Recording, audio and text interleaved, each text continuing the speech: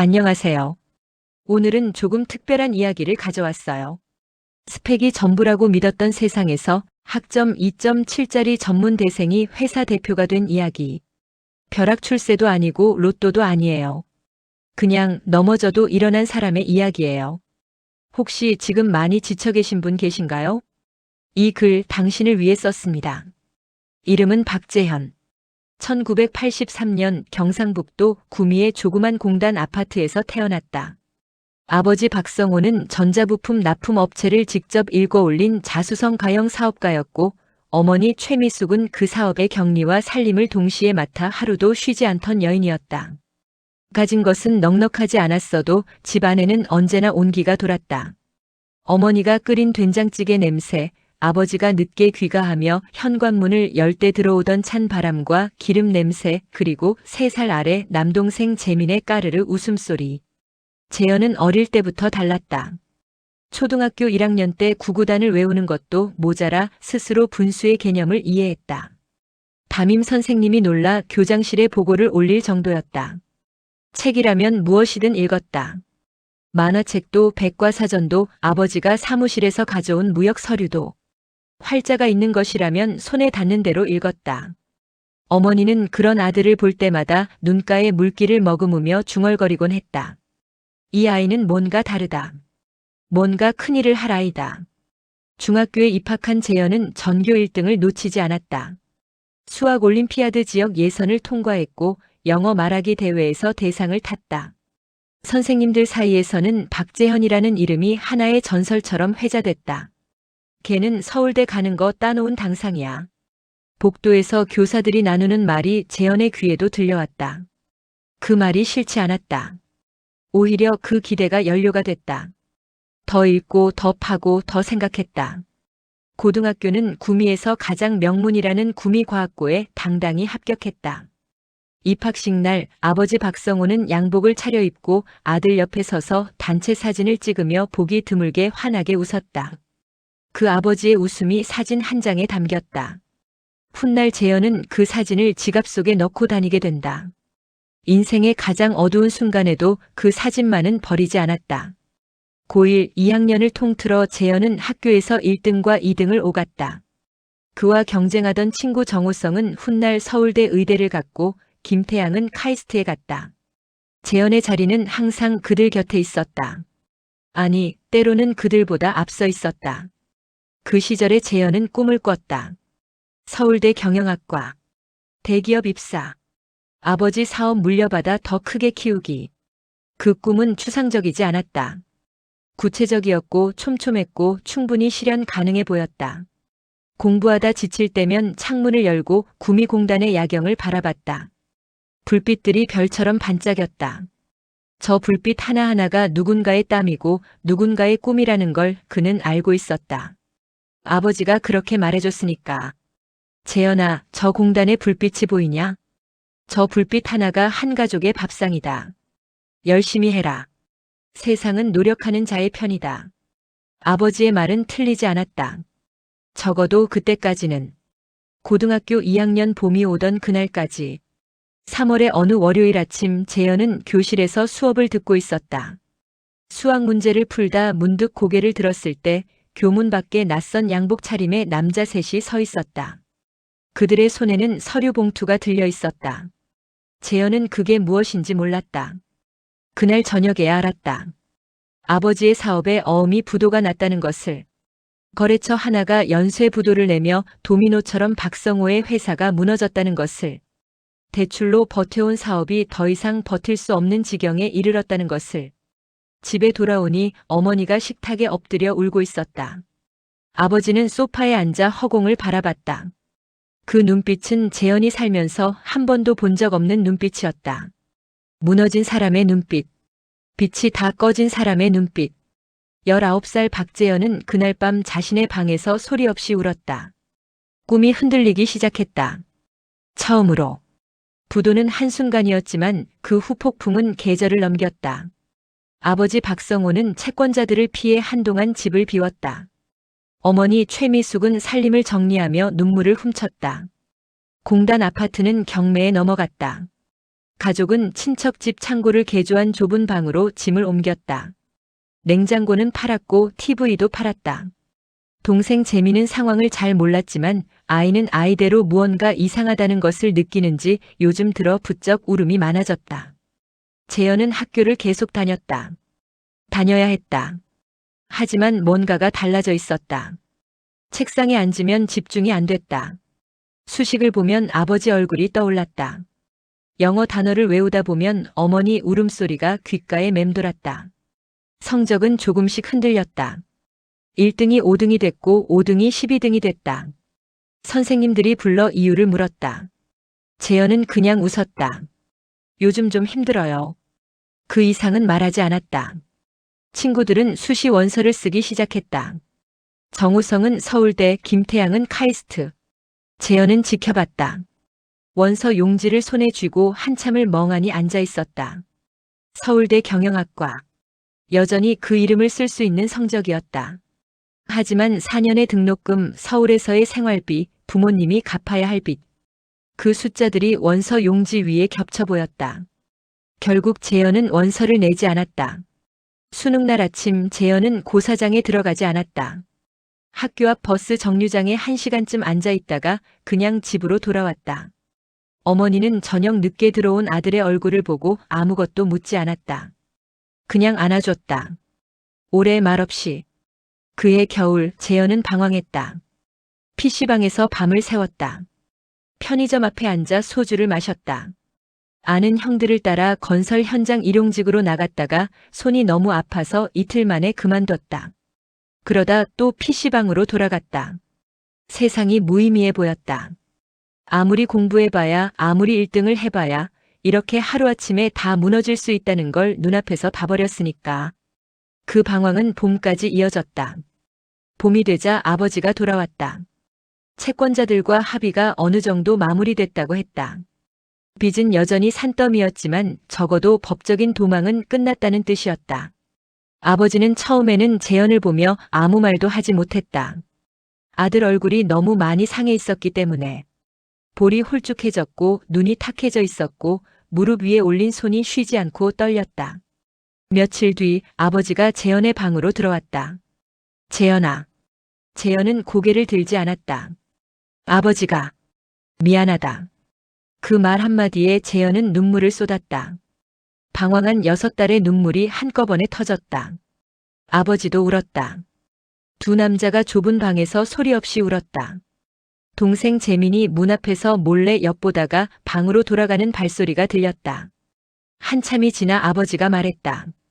전문대도 있다. 나쁜 학교 아니다. 거기서 자격증 따고 기술 익히면 방법이 없는 건 아니야. 재현은 긴 침묵 끝에 고개를 끄덕였다. 선택이 아니었다. 하지만 선택처럼 받아들이기로 했다. 그게 살아가는 방식이라는 걸 그는 아직 몰랐다. 하지만 머지않아 뼈저리게 배우게 될 터였다. 대구에 있는 계명문화대학교 경영정보과. 재현은 3월 입학식 날 아침 버스를 타고 혼자 캠퍼스에 갔다. 부모님은 이미 새벽부터 일을 나간 뒤였다. 어머니는 식당 주방에서, 아버지는 대리운전을 시작했다. 빚을 갚으려면 두 사람 모두 쉴 틈이 없었다. 재현은 입학 첫날부터 아르바이트를 시작했다. 학교 근처 편의점 야간 알바. 밤 11시부터 새벽 6시까지. 시급 5,200원. 한 달이면 약 70만 원. 거기서 고시원 월세 28만 원을 내고 식비와 교통비를 빼면 남는 건 얼마 없었다. 부모님에게 손 벌리지 않으려면 그것으로 버텨야 했다. 낮에는 학교, 밤에는 편의점. 수업이 끝나면 도서관에서 2시간 버티다 잠이 쏟아지면 고시원으로 돌아왔다. 2시간 눈 붙이고 편의점으로 출근. 새벽에 돌아오면 또 학교. 몸은 기계처럼 움직였지만 기계와 달리 충전이 되지 않았다. 중간고사 성적표를 받아들었을 때 재현은 멍하니 종이를 바라봤다. 경영학원론 C, 컴퓨터 활용 B-, 회계원리 C, 영어 회화 B, 전공 평균 C. 이전의 자신이라면 상상도 못할 성적이었다. 하지만 이상하게도 분노보다 씁쓸함이 먼저였다. 분노할 여력도 없었다. 그냥 이게 지금 내 현실이구나. 담담하게 받아들였다. 교수님이 재현을 불렀다. 경영학원론을 가르치는 오현철 교수였다. 박재현 씨, 면담 좀 합시다. 재현은 조용히 교수 연구실로 들어갔다. 오 교수는 두꺼운 안경 너머로 재현을 바라봤다. 성적이 좋지 않네요. 네. 밤에 일하나요? 재현이 눈을 들었다. 교수는 이미 알고 있다는 눈빛이었다. 학교 앞 편의점에서 본 적 있어요. 새벽에. 재현은 대답하지 않았다. 나무라는 게 아니에요. 오 교수가 부드럽게 말했다. 다만 이런 상황에서 학업을 어떻게 이어갈지 계획이 있는지 물어보고 싶었어요. 재현은 잠시 침묵했다가 말했다. 성적은 포기 안 합니다. 지금은 이렇지만 어떻게든 올려볼 겁니다. 오 교수는 그 대답을 듣고 고개를 끄덕였다. 아무 말도 더 하지 않았다. 하지만 그날 이후 오 교수는 재현에게 유독 관심을 갖게 됐다. 아주 작은 관심이었지만 2학년이 되자 재현은 알바를 하나 더 늘렸다. 편의점 야간에 더해 주말 낮에는 물류창고 일용직으로 나갔다. 택배 분류 작업. 허리가 뻐근하고 손이 트도록 박스를 들었다 놨다. 그래도 주말 하루 일당 8만 원이 통장에 찍히면 기분이 나쁘지 않았다. 돈의 무게를 몸으로 배웠다. 학점은 여전히 낮았다. 하지만 재현은 다른 것을 배우고 있었다. 아르바이트하는 틈틈이 MOS 자격증을 땄다. 컴퓨터 활용 능력 1급을 따고 전산회계 자격증을 추가했다. 수업에서 배운 것을 실전에 빠르게 적용하는 법을 익혔다. 편의점 야간에 손님이 뜸한 새벽 2시부터 4시 사이 카운터 밑에 교재를 펴놓고 읽었다. 형광등 불빛 아래서 감기에 걸린 코를 훌쩍이며 파리 한 마리 없는 편의점에서 졸업 학점은 2.7. 화려하지 않았다. 초라했다. 그 숫자가 자신의 전부처럼 보일 때도 있었다. 하지만 재현은 알고 있었다. 이 학점 뒤에 얼마나 많은 밤이 숨어 있는지, 얼마나 많은 박스를 들었고, 얼마나 많은 컵라면을 혼자 끓여 먹었고, 얼마나 많은 새벽에 졸음을 참아가며 한 줄씩 읽어나갔는지. 학점이 전부가 아니라는 말은 재현에게는 위로가 아니었다. 그건 현실이었다. 그가 직접 만들어 온 현실. 전문대 졸업장을 손에 든 22살 박재현의 첫 번째 목표는 단 하나였다. 취직.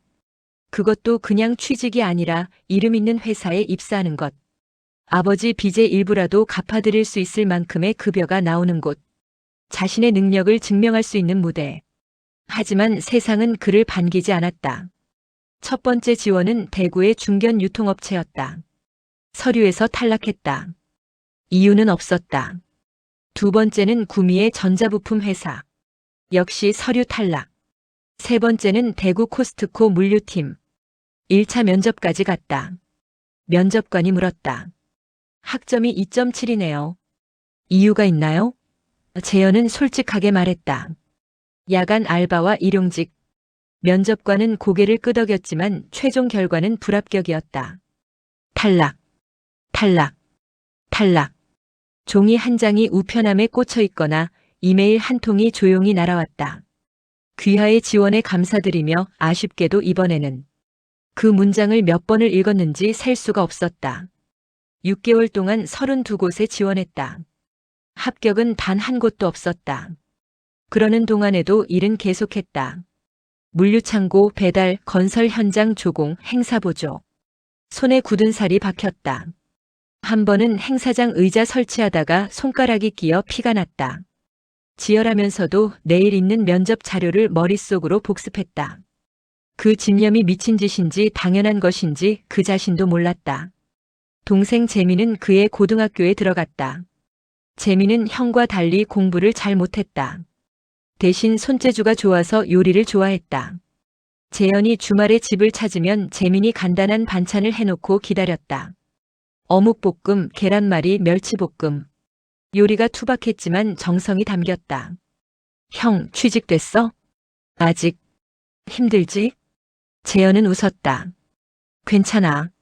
너나 잘해. 재민은 고개를 끄덕이다가 식탁 위로 물컵을 밀었다. 물을 마셔라는 말 대신 그 동작이 어머니를 닮아 있었다. 재현은 물컵을 들어 마시며 눈을 다른 데로 돌렸다. 33번째 지원. 대구의 중소무역회사 한국통상. 서류를 통과했다. 처음이었다. 재현은 그 메일을 3번이나 다시 읽었다. 면접 준비를 사흘밤 내내 했다. 예상 질문 50개를 만들고 답변을 쓰고 외우고 수정했다. 거울 앞에서 표정 연습도 했다. 낡은 양복을 꺼내 다림질했다. 어머니가 옷을 봐주며 좀 작지 않냐고 했지만 다른 양복이 없었다. 면접 날 아침. 재현은 버스를 2번 갈아타고 회사 건물 앞에 섰다. 유리 건물이 아침 햇살에 반짝였다. 심호흡을 했다. 그리고 들어갔다. 면접관 3명. 인사팀장, 영업부장, 대표이사. 질문은 예상 범위였다. 재현은 또렷하게 답했다. 야간 알바와 일용직 경험을 솔직하게 말했다. 그리고 덧붙였다. 저는 이 상황에서 배운 것들이 있습니다. 현장의 언어를 압니다. 일하는 사람들이 무엇을 원하는지 압니다. 숫자 뒤에 사람이 있다는 것도 압니다. 그 경험이 책상 위에서는 배울 수 없는 것이라고 생각합니다. 침묵이 잠깐 흘렀다. 대표이사가 재현을 바라봤다. 사흘 뒤 합격 통보가 왔다. 재현은 전화를 끊고 고시원 좁은 방 안에서 주저앉았다. 울지는 않았다. 그냥 바닥에 앉아 천장을 올려다봤다. 얼룩진 천장이었지만 그날만큼은 그게 세상에서 제일 아름다운 천장 같았다. 한국통상에 입사한 박재현의 첫 발령지는 영업지원팀이었다. 무역 서류 관리, 거래처 문서 정리, 견적서 작성, 샘플 발송. 말하자면 영업사원들의 뒷일을 전담하는 팀이었다. 거창하지 않은 자리였다. 하지만 재현은 눈을 동그랗게 뜨고 모든 것을 흡수했다. 첫 달 재현은 회사의 모든 거래처 파일을 외웠다. 거래처 이름, 담당자 이름, 주요 납품 품목, 결제 조건. 어떤 선배도 가르쳐주지 않은 것을 혼자 하나씩 파악했다. 퇴근 후에는 무역 실무 관련 책을 읽었다. 인코텀스, LC 조건, 관세 절차. 전문대 경영정보과에서 배운 것과 실무는 달랐다. 하지만 배우는 속도가 달랐다. 젊었고 굶주렸고 실패가 무서운 것이 아니라 기회를 놓치는 것이 무서웠다. 6개월 후 팀장이 재현을 불렀다. 박 씨, 다음 달부터 거래처 미팅에 같이 가볼래요? 그건 기회였다. 영업지원팀 직원이 거래처 미팅에 따라가는 건 드문 일이었다. 재현은 그 기회를 놓치지 않았다. 미팅 자리에서 재현은 말을 아꼈다. 대신 듣는 데 집중했다. 거래처 사장님이 무엇을 불만스러워하는지, 납기 일정에서 어떤 부분이 마찰을 일으키는지, 어떤 조건에서 계약이 성사되고 어떤 조건에서 무산되는지 모두 메모했다. 회사로 돌아오면 팀장에게 정리된 요약 보고서를 올렸다. 팀장은 처음에는 대수롭지 않게 봤다가 나중에는 이거 나보다 낫네라고 말하며 웃었다. 2년째 되던 해 영업이 팀으로 발령이 났다. 본격적인 영업. 재현은 자신만의 방식으로 거래처를 관리했다. 무조건 찾아갔다. 전화보다 방문. 이메일보다 직접. 거래처 직원들의 이름과 생일을 기억했다. 담당자가 바뀌면 새 담당자와 먼저 밥을 먹었다. 빠른 회신, 정확한 서류, 실수 없는 납기. 단순해 보이지만 그게 전부였다. 약속을 지키는 것. 5년째 되던 해 재현은 팀 내 최고 매출 기록을 세웠다. 그해 연말 시상식에서 대표이사가 재현의 이름을 불렀다. 상패를 받으러 앞으로 나가는 길이 어색했다. 박수 소리를 들으며 재현은 아버지 얼굴을 떠올렸다. 지갑 속 그 사진을. 웃고 있는 아버지. 6년, 7년, 8년. 재현의 실적은 꾸준히 상위권을 유지했다. 거래처 수는 회사에서 2번째로 많았다. 후배들이 모르는 것을 물어오면 성실히 가르쳐줬다. 회식 자리에서 과음하지 않았고 험담하지 않았다. 조용하지만 존재감이 있는 사람. 동료들 사이에서 재현은 그런 사람이었다. 하지만 8년이 지나도 달라지지 않는 것이 있었다. 박 씨, 이번 과장 진급 심사에서 인사팀장이 말을 흐렸다. 재현은 그 뒤를 알고 있었다. 전문대 졸업에 학점이 낮아서 내부 기준에 미달해요. 대표님도 아시고 저도 박 씨 실력을 알지만 규정이 있어서요. 5년 연속 진급 탈락. 같은 해에 입사한 4년제 대졸 동기들은 모두 과장을 달았다. 일부는 차장이 됐다. 재현은 여전히 대리였다. 그 차이가 숫자 하나에서 시작됐다는 것을, 졸업장 하나에서 시작됐다는 것을, 재현은 그 사실을 받아들이기 위해 긴 밤을 보냈다. 그러나 무너지지 않았다. 무너지는 법을 이미 알고 있었으니까. 그리고 다시 일어서는 법도 알고 있었으니까. 그 메일이 도착한 건 11월의 화요일 오전이었다. 제목 중요 조직 효율화에 따른 인력 구조 조정 안내. 재현은 메일을 열었다가 닫았다. 다시 열었다. 문장들이 익숙한 한국어로 쓰여 있었지만 처음에는 이해가 되지 않았다. 아니, 이해하기 싫었다는 표현이 더 정확하다. 당사는 경영 효율화의 일환으로 일부 인원에 대한 권고사직을 시행하게 되었습니다. 귀하는 해당 대상자에 포함되어 있으며 화면에서 눈을 들었다. 사무실은 평소와 다름없었다. 복사기가 돌아가고 전화벨이 울리고 동료들이 키보드를 두드렸다. 세상은 아무것도 바뀌지 않은 척 돌아가고 있었다. 오전 10시 인사팀장에게 호출이 왔다. 방 안에는 인사팀장과 법무 담당자가 앉아 있었다. 재현이 들어가 자리에 앉자 인사팀장이 서류 봉투를 내밀었다. 재현은 열어보지 않았다. 이미 알고 있었으니까. 박 씨 실력은 저도 알아요. 정말로 아쉽습니다만. 재현은 말을 잘랐다. 기준이 뭡니까? 인사팀장이 잠시 멈칫했다. 종합 점수입니다. 학력, 직급, 연차, 연봉 대비 실적. 실적 기준으로만 보면 제가 이 명단에 들어갑니까? 짧은 침묵. 그건 실적이 아니라 학력이 기준이죠. 인사팀장이 눈을 피했다. 그것이 대답이었다. 재현은 서류에 사인했다. 손이 떨리지 않았다. 떨릴 이유가 없었다. 이건 처음 있는 일이 아니었다. 32번 탈락, 5번 진급 탈락. 이미 무너지는데 익숙한 사람이었다. 하지만 이번에는 그냥 무너지지 않기로 했다. 마지막 날 짐을 챙기며 거래처 담당자들에게 전화를 돌렸다. 인사 전화였다. 그런데 전화를 받는 사람들의 반응이 한결같았다. 아, 박 대리님이 그만두시는군요. 저희 쪽에서 뭔가 도움이 될 게 있으면 말씀해 주세요. 박 대리님 덕분에 저희가 많이 편했는데 다음에 어디 가시면 꼭 같이 일하고 싶습니다. 연락 끊지 마세요. 진짜로. 12명에게 전화를 했는데 12명 모두가 그런 말을 했다. 재현은 통화를 마칠 때마다 메모했다. 그 이름들을 적었다. 나중에 쓸 일이 있을지 몰라서. 그날 저녁 재현은 혼자 소주 한 병을 마셨다. 고시원 시절 마시던 편의점 소주와 같은 브랜드였다. 맛도 비슷했다. 달랐다면 이번에는 안주가 있다는 것. 두부김치. 근처 포장마차에서 시킨 것이었다. 소주 한 잔을 마시고 천장을 올려다봤다. 지금 사는 집은 고시원이 아니라 원룸이었다.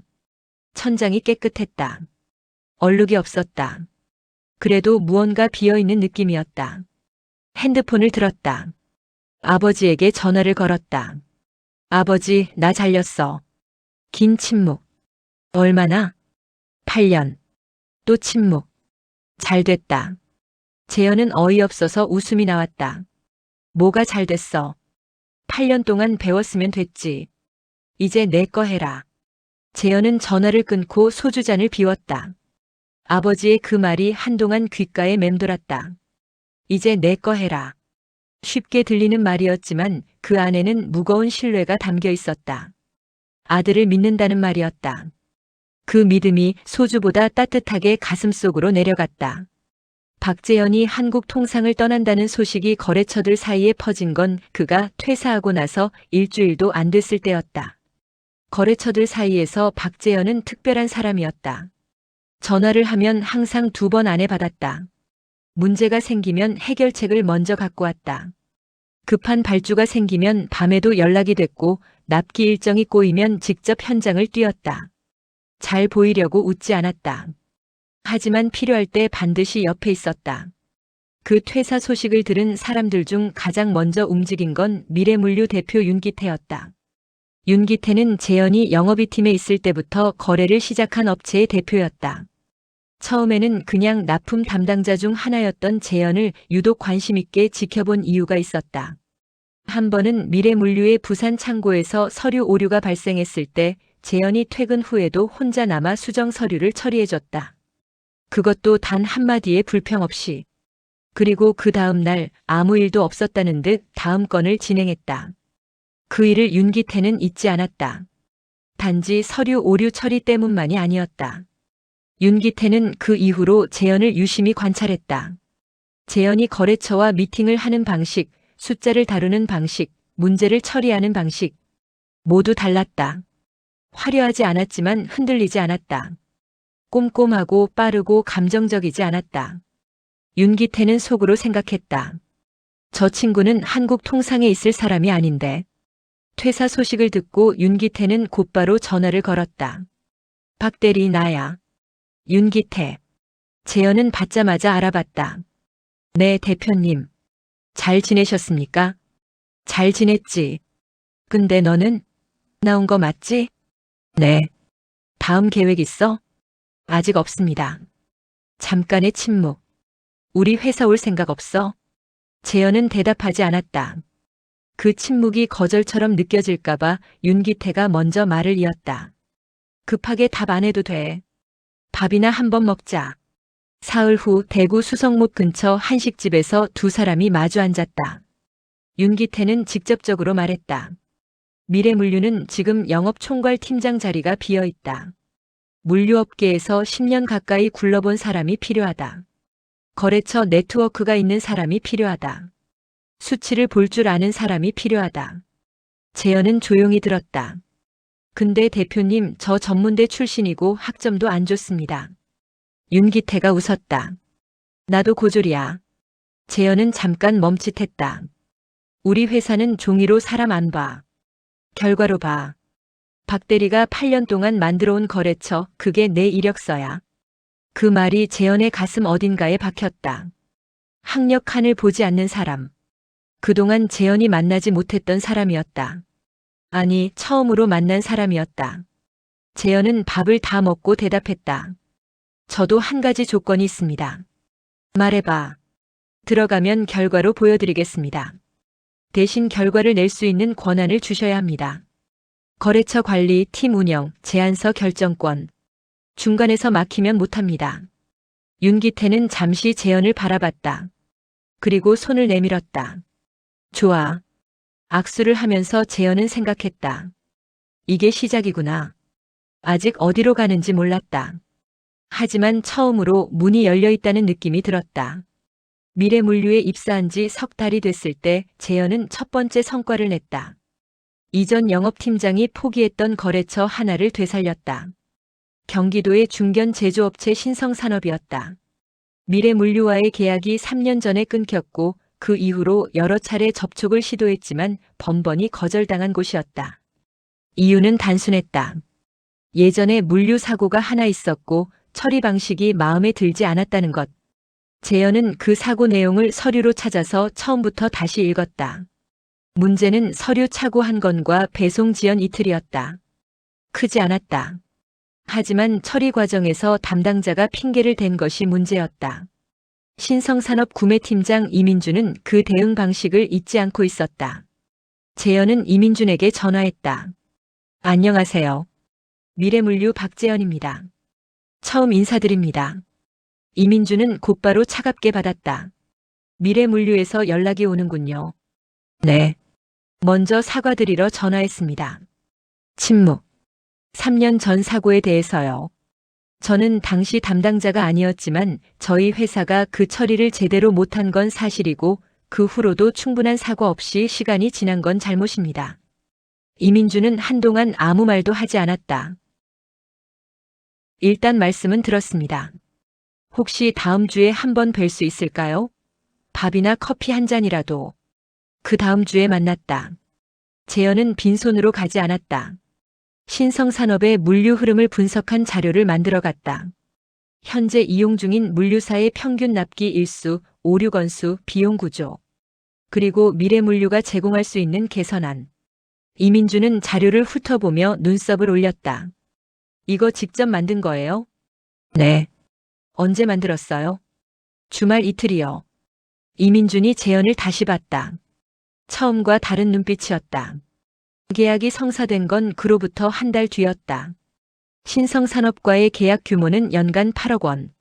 미래물류 역대 단일 거래처 최대 계약 중 하나였다. 윤기태 대표는 재현을 불러 어깨를 두드렸다. 6개월 만에 이걸 해냈네. 운이 좋았습니다. 운이 아니야. 실력이야.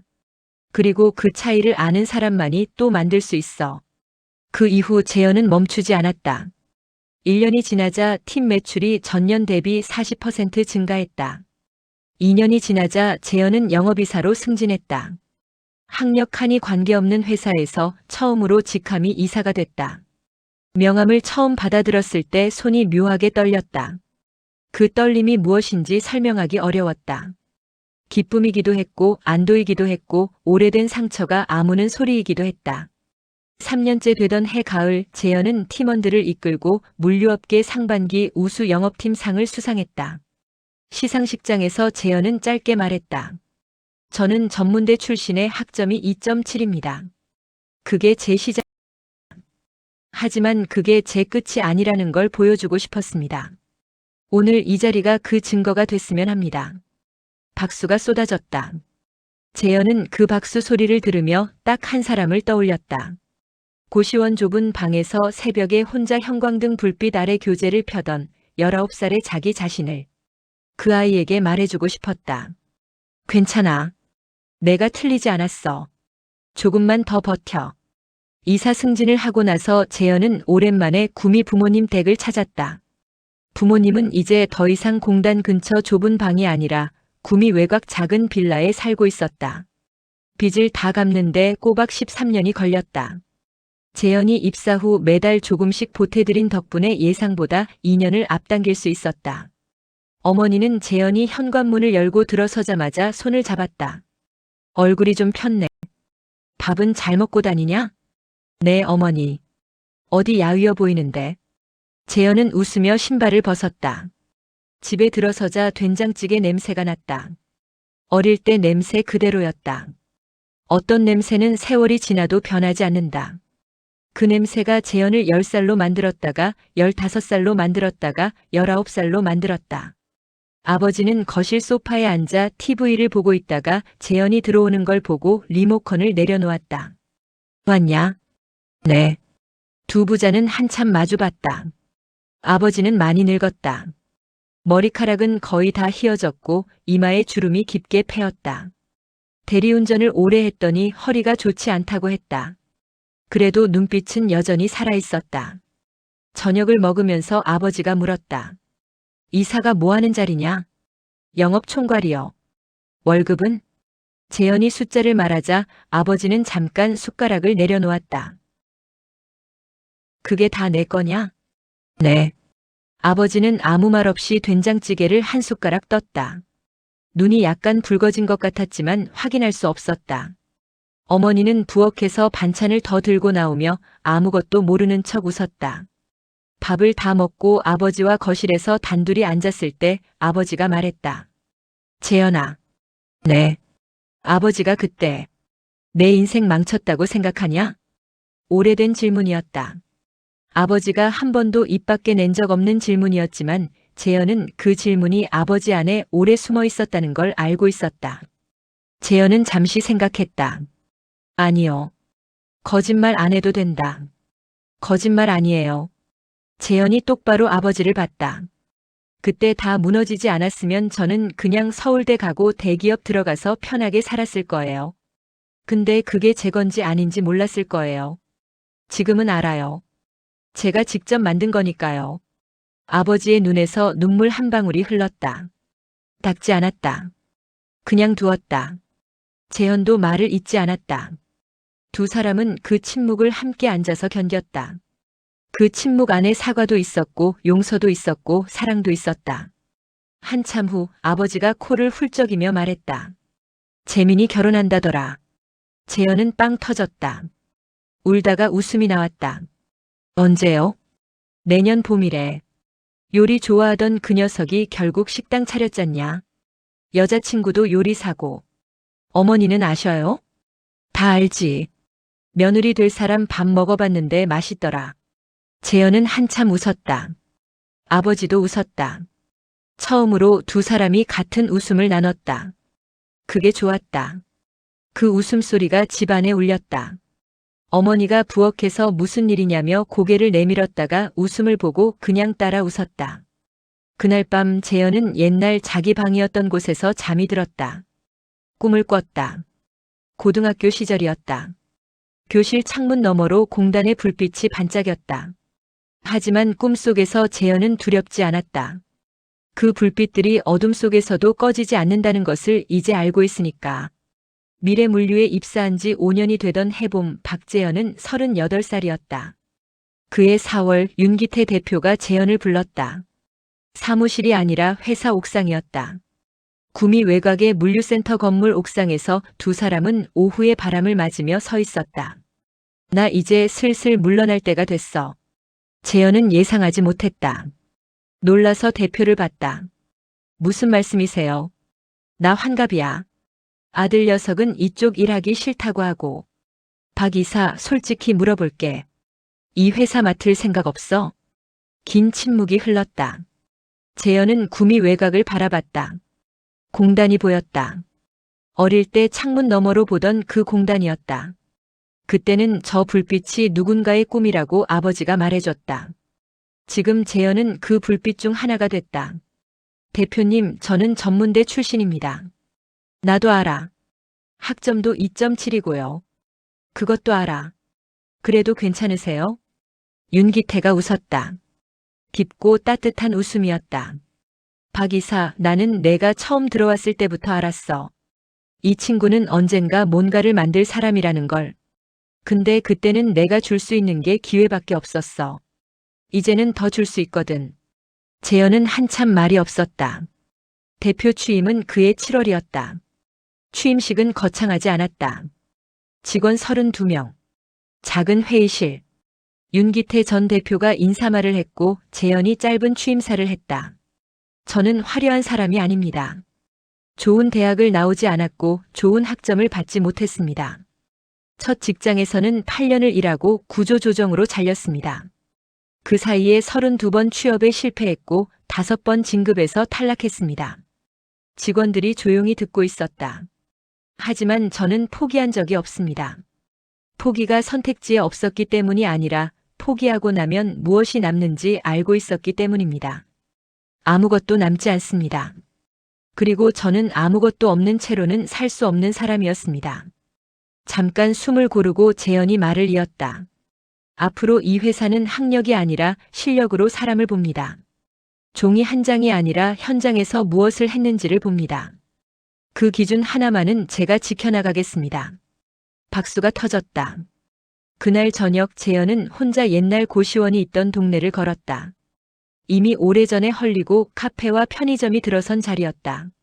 새벽에 혼자 공부하던 편의점도 없어졌다. 하지만 그 골목의 기억은 사라지지 않았다. 발바닥 아래 그 감촉이 새벽 찬 공기가 여전히 몸 안 어딘가에 남아 있었다. 핸드폰을 꺼냈다. 아버지에게 문자를 보냈다.